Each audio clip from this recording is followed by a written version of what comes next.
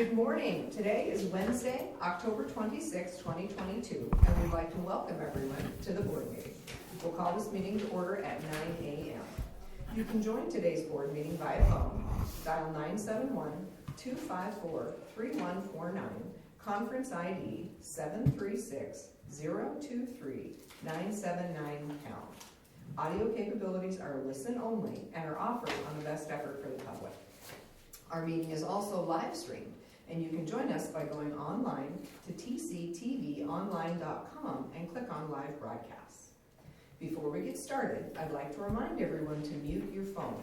You can do this by pressing *6. Please unmute your phone when your agenda item is ready to be discussed. For those joining via computer, please unmute your microphone and turn on your camera when your agenda item is called. All others must remain muted with their cameras off. Thank you. Public comment. Those intending to provide public comment to the board may attend in person or email submissions to publiccomments@co.tillamook.or.us. Public comments received by 12 p.m. on Tuesday will be distributed to the board, posted online before the meeting, and become part of the public record. You may also provide public comment virtually by registering ahead of time. To register, please email publiccomments@co.tillamook.or.us by 12 p.m. on the Tuesday prior to the meeting. Public comments can also be mailed to the Board of Commissioners Office, 201 Laurel Avenue, Tillamook, Oregon, 97141. For more information on public comment options, please visit the Board of Commissioners webpage. Okay, do we have anyone in the room signed up for public comment or anyone online? We do not.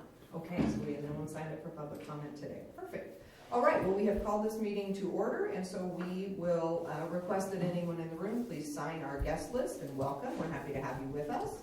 And we'll start with the Pledge of Allegiance. Commissioner Hall, would you lead us, please? I will. Pledge allegiance to the flag of the United States of America and to the republic for which it stands, one nation, under God, indivisible, with liberty and justice for all. All right, perfect. So we have already addressed there are no public comments. This morning, Commissioner Yamamoto is on vacation, so he is not joining us, and so I am chairing the meeting today as your vice chair. All right, so we do not have any non-agenda items today, so we will jump right into our legislative administrative agenda with item number 5, which is discussion and consideration of a request for approval of the allocation of startup funds for Oregon Health Authority Mobile Crisis Services expansion via CFAA amendment. And we would have Frank Hanna-Williams, Director of Tillamook Family Counseling Center, with us today. Frank, are you with us? Good morning, Commissioners. I am bringing this to you. I brought this to you last week, and a little bit of a repeat of the request for the approval for the startup funds for the mobile crisis services expansion. What occurred had to do with the amount that was requested. The amount that was requested and approved last week was about double the amount that was actually based on a formula for all counties actually allocated, and I exceeded that amount in my request. And so OHA reminded me of that, and so I am bringing you the amount that is the real number here, which is about $133,955, as opposed to the amount that I submitted before. I apologize for having to bring this before you again, but I want to have this approved and not rejected. So I am again requesting your approval. Is mobile crisis service and startup fund on the application format is projected to begin January 23, and this startup allows us to get a bit of a jump on some staffing that will be needed, and the amount that is requested is the appropriate amount. Thank you, Frank. Do you have any comments or questions, Commissioner Doss? Good morning, Frank. I just want to say no apology necessary. I'm sorry that you can't get the higher amount that we approved last week. We had a great discussion about it last week. We're all fully supportive of the program, and I'm supportive of you asking for the maximum amount. I'm sorry you're not going to get it, so I'm happy to pass this today. Perfect, thank you, and I agree completely. It's challenging to deal with Oregon Health Authority and biennial budgets and different pieces, and to know exactly, how much they mean for you to ask for. So I agree. I think we're ready for a motion.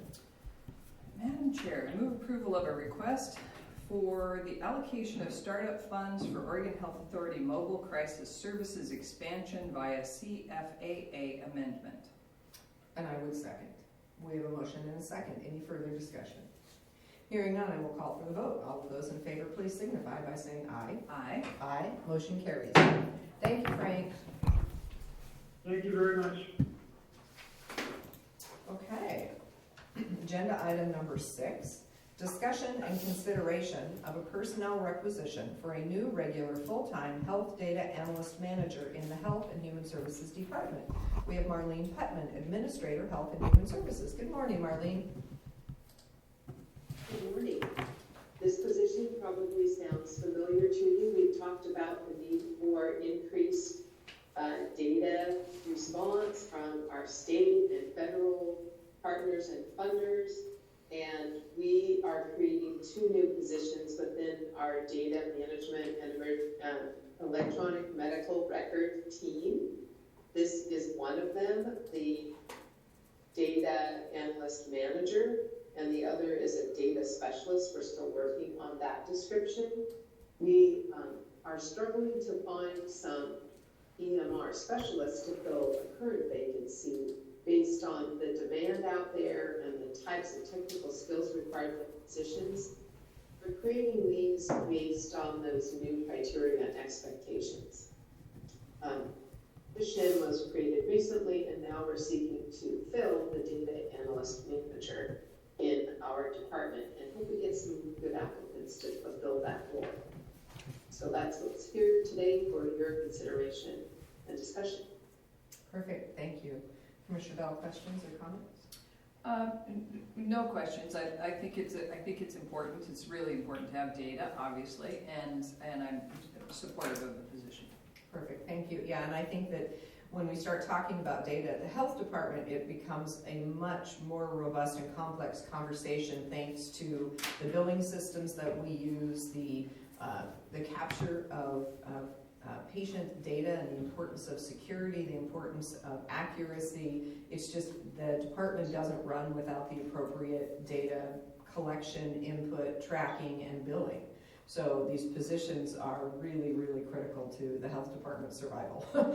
And so I definitely am in support of this, and I appreciate, as we have said over and over to so many department heads, your willingness to work within this workforce shortage and to really evaluate your positions, adjust them as needed to provide duties that match with what is available in the workforce. You know, it's one of those things where what may have been a traditional, we're going to slice it and dice it this way, is just not available in the workforce. So we've had to look and say, well, we're going to have to slice the duties differently to match what's in the workforce. And I appreciate, Marlene, the amount of time, energy, and work that you have spent doing this to keep our health department and our clinics working. So thank you for that. Okay, I think we're ready for a motion. Madam Chair, I move approval of a personnel requisition for a new regular full-time health data analyst manager in the Health and Human Services Department. And I would second that. We have a motion and a second. Is there any further discussion? Hearing none, we will call for the vote. All of those in favor, please signify by saying aye. Aye. Aye. Motion carries. All right, thank you, Marlene. Appreciate it. Thank you very much. Okay, item number 7, discussion and consideration of a master services agreement with Ring Central MVP for MVP phone system upgrade services. We have Jeff Underwood, Interim Director of Information Services. Good morning, Commissioners. The item before you is very, very similar to what I brought last week, but once we sent the signed agreement back to them, they noticed that although all of the individual amounts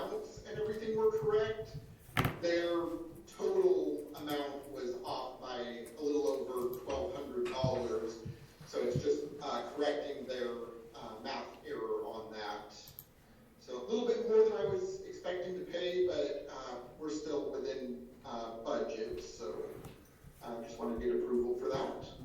Perfect, thank you. Commissioner Bell? Well, again, we did discuss this thoroughly, and I'm looking forward to the new phone system. I wonder, Jeff, if you'd be willing to talk about it just for a minute, because I read your email that talked about how we'll be able to answer we won't have to have desk phones anymore, we'll be able to answer with our computers or with our cell phones, and so talk about it a little more, because I was excited about it. Sure. So, I actually got my work number forwarded to that. So when I get a call, I have a desk on my phone, or a phone on my desk that I'm testing out. My computer rings, my cell phone rings. So no matter where I am, I can get my phone calls. So some people think that's good, some people think not so much. But it's very much designed so that should we get to that point where people need to work from home or whatever the case may be, this is designed much better to support that. It is all optional. I have some people, you don't have to have the setup on your desktop or on your computer, but I do believe that that is the best option. It adds additional features and services that a desk phone just can't provide. If you're on a call, you need to transfer it, you just start typing in a name, it figures out who you want to send it to. There is definitely some significant convenience there. With your cell phone, when you make a call, you can have it choose to call from your desk number, so you're not giving everybody your cell phone number. It's actually still tying that in, actually calling through the system as your standard work number. So it's really pretty convenient. But yeah, it's a great system. I really enjoyed having it and testing it out. So looking forward to sharing the fun with everybody else. Thank you, Jeff. I appreciate the discussion. Yes, thank you, Jeff. I do as well. And I think, we have all spent the last couple of years during COVID using Teams on our desktop and Zoom and all of these different things. We've gotten very familiar to talking to our computer. And I think this is an extension of that, where the telephone becomes a part of the computer. And certainly for me, I typically have my desk phone on forward to my cell phone anyway, because of the number of meetings that I attend and as much moving around as I do. If I'm not going to miss 90% of my calls, they really need to be forwarded anyway. So I look forward to having that connection for myself. I also understand for some folks, when they're taking calls that require some privacy and they're in a shared space, having the ability to actually put that handset to your ear may feel very important. It may be very important. So the fact that we have the flexibility for departments to determine whether talking to their computer is always the best choice, or whether they really need that actual phone. So I think it's exciting. Voice over internet is where pretty much all phone is going, and so I think it just steps us into that world. So thank you for that, Jeff, and I think we're ready for a motion. Madam Chair, I move approval of a master services agreement with Ring Central MVP for MVP phone system upgrade services. And I would second. We have a motion and a second. Any further discussion? Hearing none, I will call for the vote. All of those in favor, please signify by saying aye. Aye. Aye. Motion carries. Thank you, Jeff. Thank you. Okay, we will move on to item number 8. Discussion and consideration of vacant land real estate sales agreement number 1012222-DT with Mark McClaskey and Deborah McClaskey for property located at Township 1 South, Range 9 West, Section 30 BC, tax lot number 300. Rachel Haggerty, Chief of Staff. Good morning, Rachel. Good morning, Commissioners. Before you is an offer that staff has prepared with Rock Trust Real Estate to offer $150,000 for the remnant parcel of the former McClaskey lot. We investigated this purchase back in 2017, completed a phase 1, completed a phase 2. We did not end up purchasing it at that time because the reason we were purchasing it at that time was to provide parking that we would need associated with the South Lawn Port Facility Annex. So here we are again, as we pursue an annex for county facilities on the South Courthouse lawn or the East lawn of the Pioneer Museum. provide parking. And so we are pursuing acquisition of that parcel again, offering $150,000 with $2,000 earnest money down. And a bit of a loose end that we've requested the seller tie up is ensuring that we have access through the current parking area that's owned by the city of Tillamook, where there's a bit of a turnaround there by the slough. So we have legal access into our lot if we end up acquiring it. And I think those are all, and then about 30 days to closing, so a tentative closing date of November 21st. We thought we were gonna have more diligence to do, but after further discussion, there's not really any due diligence that we need to do to further investigate this site, because of the extensive due diligence we did the first go around. So we are ready to proceed and are hopeful that the McCloskeys will entertain our offer. Ready for your consideration. Thank you. Commissioner Oh, Bowe? and the funding would come out of the building improvement funds or the ARPA funding that we have allocated toward the courthouse annex project. Perfect, thank you. Commissioner Bowe? Well, I think this is exciting. As Rachel said, the property has been available and on the market for some time, at least since 2017, since the 101 Highway 6 101 exchange, and it sits vacant. We are going to need parking. We've talked about this in other meetings, but I'll just offer the public a little backstory. The commissioners that in the courthouse, we've been doing renovations in the courthouse in order to provide more space for circuit court, a safe courtroom for them, in order to provide a bigger meeting room for us, because right now we're in a rather small room in the basement, and we're making it work, but it's not ideal. And so we're doing some renovations in the courthouse, but the next phase of our plan for the courthouse is to build an annex, as Rachel said, either on the south lawn of the courthouse property, so that would be facing 3rd Street, or on the east lawn of the Pioneer Museum, because the county owns that property, probably where the rose garden is now, but don't send me any hate mail about roses. I'm sure we would move them. And so we'll have to have parking for either of those. And that's probably, a couple of years out, but it would provide meeting space and offices for the commissioners, because right now our offices are upstairs where they used to be, but they're adjacent in the new circuit court room. So it would be better for the judge and his staff to be able to be in the offices that are ours currently. So anyway, the annex would solve those problems, create the space that we need, not in the courthouse, but right next door to the courthouse. So I think it's great.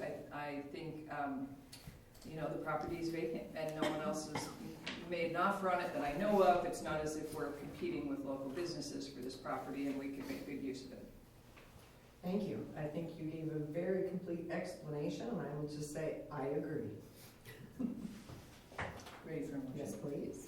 All right, I move approval of vacant land real estate sale agreement number 10122-022-DT with Mark McCloskey and Deborah McCloskey for property located at Township 1 South, Range 9 West, Section 30 BC, tax lot number 300. And I would second. We have a motion and a second. Is there any further discussion? Hearing none, we will call for the vote. All in favor, please signify by saying aye. Aye. Aye. Motion carries. All right, thank you.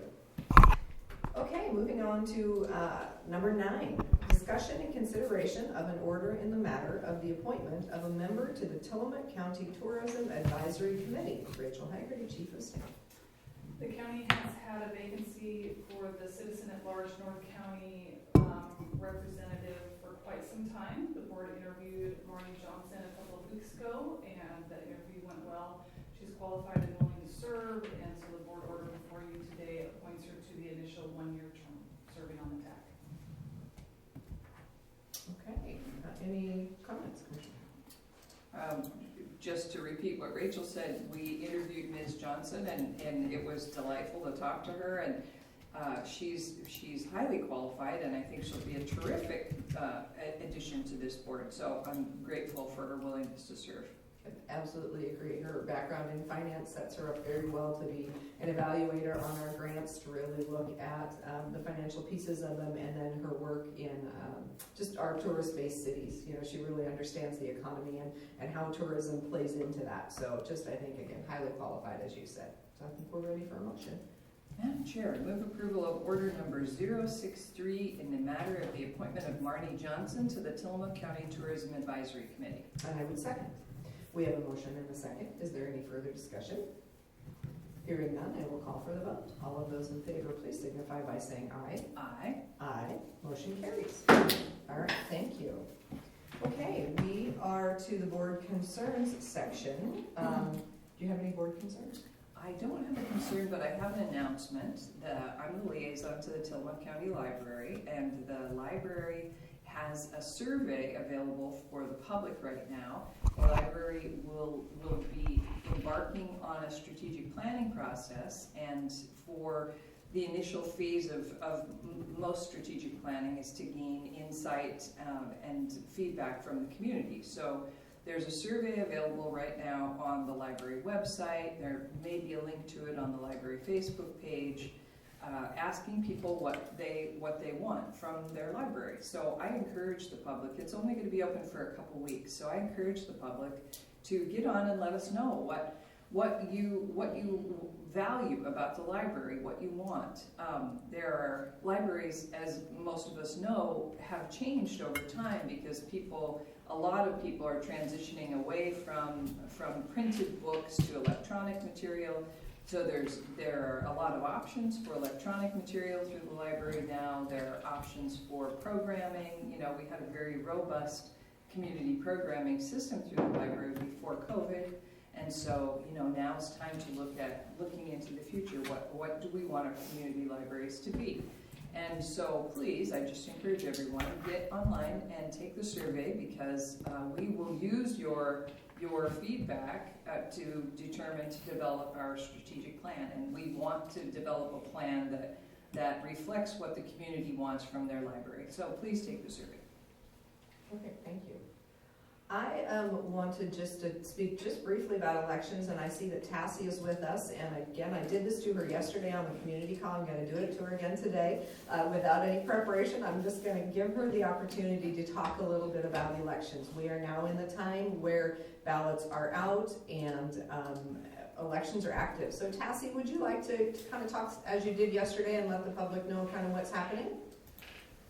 Sure. Good morning, Commissioner Scar and Commissioner Bell. I appreciate the time that you're giving me. Yes, the ballots are out, and for the November 8th election, if people haven't received it yet, they should be getting it at least this week by Friday. And if they haven't, they're more than welcome to call our office at 503-842-3402. The possibility of why they need to receive it is if you've moved and your ballot is not forwardable. We need you to update so that we can get the ballot to the correct address of where you live and you receive your mail. At this time, well, as of yesterday, we only had 5.76% returned ballots at that time. So hopefully, it's okay to vote early. You don't have to wait. If you do vote earlier, it does help you prevent maybe getting some phone calls from the campaigns that are getting lists to see who has voted, who has not. So for my own self, I have already voted. I've been invested in this election way longer than everyone else. But so I was ready to vote, and I know a lot of people are excited about voting. If you vote your ballot, you need to make sure you sign your golden envelope when you return it, as we do check every signature in the state of Oregon. If your signature does not match or you forget to sign it, we will send you a notice and you'll have more time in order to get those completed. You can either vote your ballot and send it by mail with, you don't have to pay postage. Postage is paid, or you can use and that has to be postmarked on election day, and then those have to be to our office within 7 days. You can also use ballot drop locations, that inside your ballot packet is referenced on your secrecy sleeve. And yes, we did change from a secrecy envelope to a sleeve to make it easier for folks. Some people are a little confused by that, but you just slip your ballot right into the sleeve. It just slides right in there and then fits into your golden envelope. And the drop sites are located on that sleeve throughout the county, so you can drop it in any of those locations by 8 p.m. on election day. You can even drop your ballot at any location within Oregon at the county clerk's office or drop location, and we do send those on to the correct county by trackable mail. Also, with any questions that you have about the election, 503-842-3402. You can also email us. Our generic email is clerk@co.tillamook.or.us, or you can email me directly if you'd like to at toneil@co.tillamook.or.us. We do have a lot of information on our website at www.co.tillamook.or.us, and under departments, then you would go to clerk, and then on the left-hand side, there's buttons for elections, and specifically the November election. If you go on there, daily I'm updating how many ballots we have returned and how many registered voters we have. And that number for voter registration is ever moving. It's a constant as people are updating. You can, as long as you're active or inactive anywhere in the state, you can even update through election day and get a ballot. So maybe someone moved from Tillamook County to Multnomah County, they can update and get a ballot for the correct place that they are.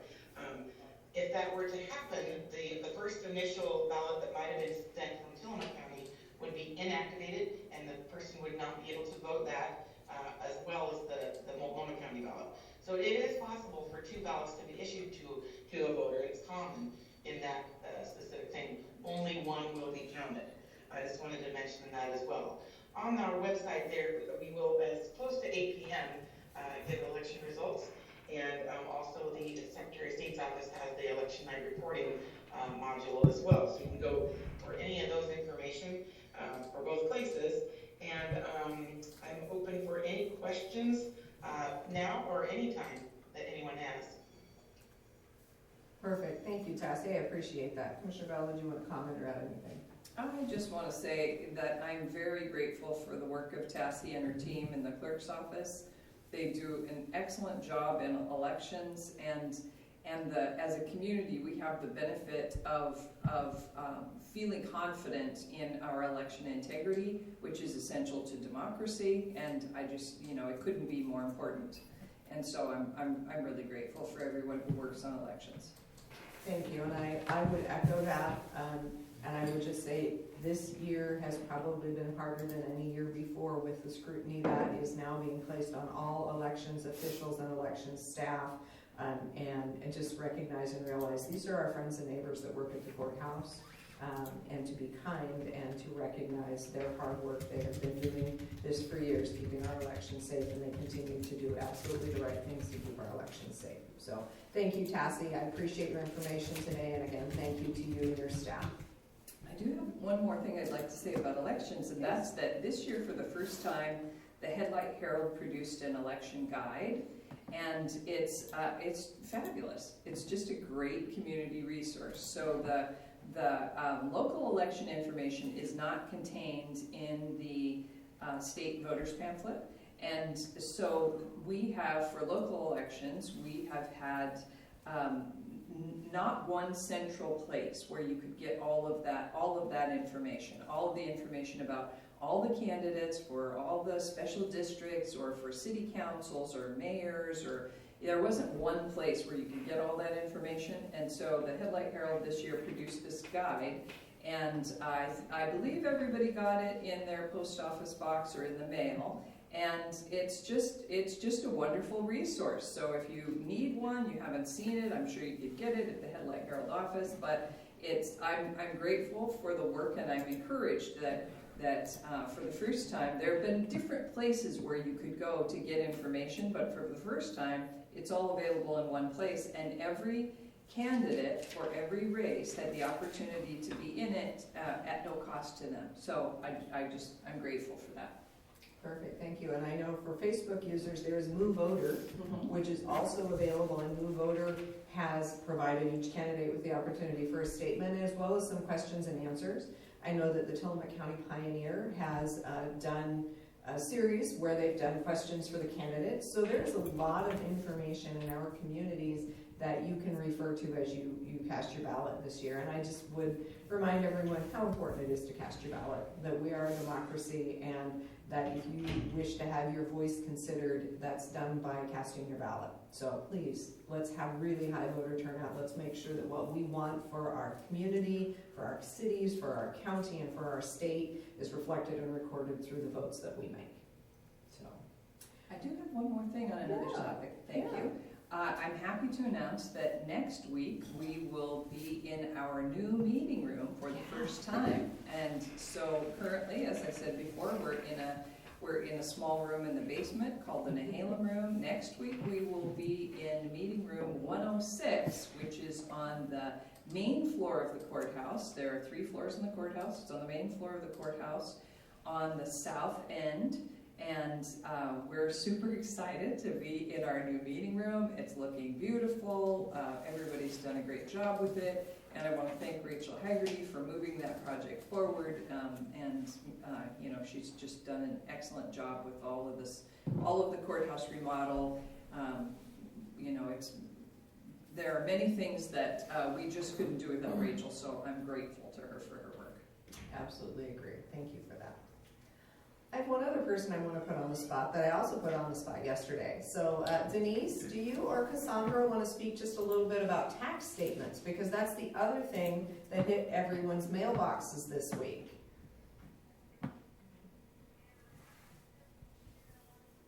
Yesterday I caught her multitasking. I may have caught her multitasking again. So I will go ahead and just say a few things that I found interesting. At our board briefing last week, we had Cassandra Larson, who is I'm going to get her name wrong, I think it's Chief Deputy for Tax.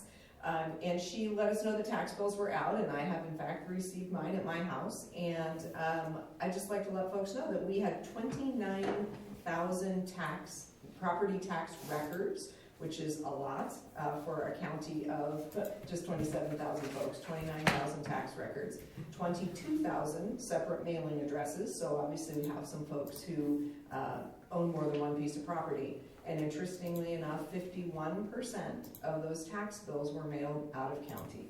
And this is something that I keep an eye on as a housing advocate in the county, because when I started tracking that number back in 2015, it was 44% of our tax bills that went out of county.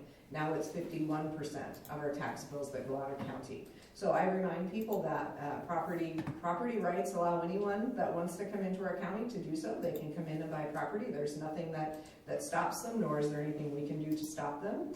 And I remind people that when we talk about that, those are not all short-term rentals, because the conversation tends to go to, well, it's all those short-term rentals. And I think I would let folks know that when you look at our short-term rental numbers, we're currently updating all of our percentages, but you're probably looking at, in the coastal communities only, somewhere between 15 and 20% of those homes are short-term rentals. So it is a significant number, but that is really sort of clustered in those communities. So it's not 20% of our county overall, but it's part of this. But we are seeing definitely second homes, and as well as the vacation rentals, take up a certain amount of our properties, and we do see it increasing each year. So that to me is an interesting piece of the tax conversation.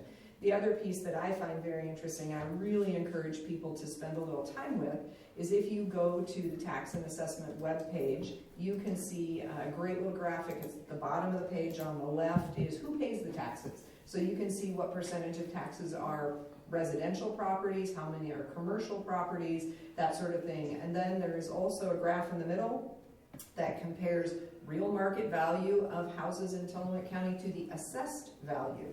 And boy, this year was a huge spike in real market value, and you can see how over time that real market value has trended very significantly up and away from assessed value.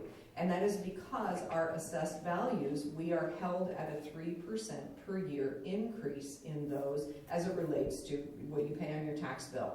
Even though property values went up by as much as 30% in some areas of the county this last year, if you are a property owner, your tax bill went up by only 3%.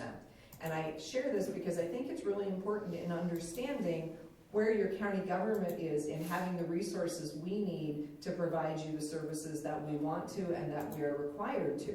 When our rates are going up only at 3% in terms of our income, it's hard for us to adjust to expenses going up by 8%, which is of course what we're seeing right now with inflation. And that's happened many times during the life of our property tax system, and has definitely put us in some challenging positions, and we're in one of those now. So I share that because I think it's important for everyone to understand who's paying the taxes, how do those relate to real market value, and then the last graph on that page is who gets that money. Because we levied, I believe it was $69 million in taxes this year, which sounds like a lot of money, and it sounds like your county should be able to give you anything you want. But I think there's a really important recognition in that final graph, which is that 56% roughly of all revenues go to school systems in Tillamook County, which is an amazing thing for our school systems, right? But it means that that is not money that your county government gets to provide services to you. There's another roughly 30% that goes to your special districts, and that is your fire departments, that is your water districts, your sewer districts, your port districts. So about another 30% goes there. And when you get down to what's left, you get about 12% that comes to your county government for the general services that we offer you. So it seems like a lot when you hear 69 million, but when all those pieces get sort of carved off and going where they belong, it does not leave a lot for your county government's basic services. So again, I think it's important for people to understand their tax bill. If you look at your tax bill on the upper right-hand corner, it will tell you everything that you are paying taxes toward. It will tell you how much you have going to the school, how much you have going to a water district in your area or a fire district in your area. So take a look at your tax bill. I know a lot of times you don't because like mine, it gets paid out of the escrow of my mortgage. And so, I don't necessarily have to open it and look at it because somebody's going to make sure it gets paid. But I do open it and look at it because I want to know where my tax dollars going, and I encourage all of you to do the same. So did I miss it? Denise, are you with me still, and did I miss anything that you would want to share? Okay, not hearing anything. I always feel bad. Oh, she's off mute. Did I miss anything? No, thank you, Commissioner Scar. That was a very accurate update. I just want to thank my staff. Without them, it's a lot of work all year long. Without them, it wouldn't get done. And thank you to all of our employees that get the job done. Absolutely. Thank you, Denise. And absolutely. Because if we don't have property assessors assuring that we have the right values for homes, if we don't have folks getting the tax bills put out and then the tax money collected, we don't have county government. So, we often talk about the staff that come in front of us and thank them for their work, but we don't very often have either the clerk's office or the tax and assessor's office in front of us. But we really appreciate everything that those folks do because literally the county government could not operate if we could not levy our taxes and get them collected so that we could provide the rest of our important services. So thank you everyone for that. Anything else, Commissioner Bell?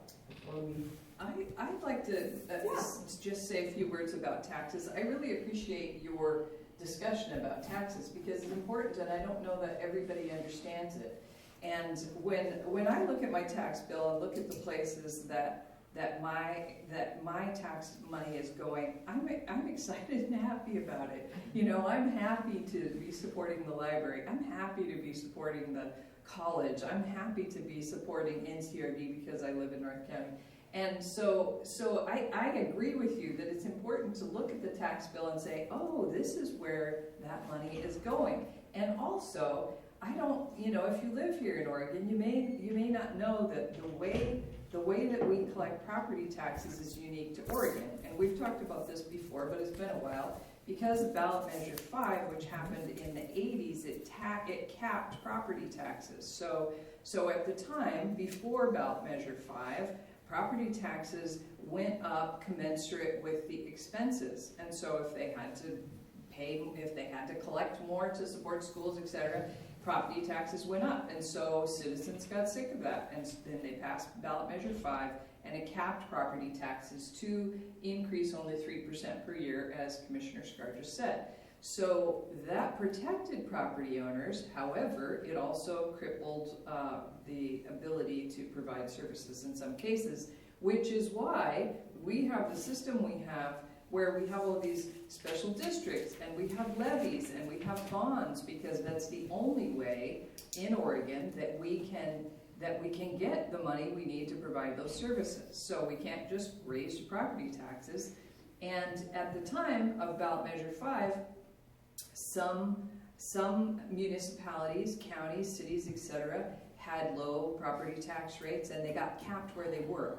And others had higher property tax rates, they got capped where they were, so they were lucky. So we can't change that without changing the state law. So this is how we do it, and the reason that I've heard people say, why do they keep coming at us for more money for levies or bonds or whatever? And that's why, because it's the only way to get it. So that's the situation we're in as taxpayers in Oregon, and I think it's good to know. I do too, because I think often people say, well, what about all the income tax? And the counties don't have access to the income tax. So we could get a really great business running here, and that would be fabulous, and any income tax goes to the state. And so the programs that the state offers and the programs that they do support through the county are part of that income tax base, but we don't get it directly. If we were to get the most amazing, thriving business out here that was generating income tax, just huge amounts, it doesn't mean huge amounts would come back to Tillamook County directly. So what we have to work with is the property tax. That's what comes to counties to do what we do. So I appreciate you're just expounding a little more on that, because it's really important for people to understand. We would rather not have to come out with more bonds and more levies and ask you to make these choices, but that's what we have to work with. And it does give you the voice to determine, is this one important to me? Is this what I want to see in my county? But what I hope people realize is we do that because we just don't have another way to raise the revenue that we need to keep giving you the services that you need as residents of the county. So, okay. I think that we will be going into executive session. So before we do that, I am going to go ahead and read our meeting announcements, of which we have only one today. The commissioners will hold a board briefing on Wednesday, October 26, 2022 at 2 p.m. to discuss weekly commissioner updates. This meeting will be held at the courthouse in the Nehalem Room, 201 Laurel Avenue, Tillamook, Oregon. The teleconference number is 1-971-254-3149.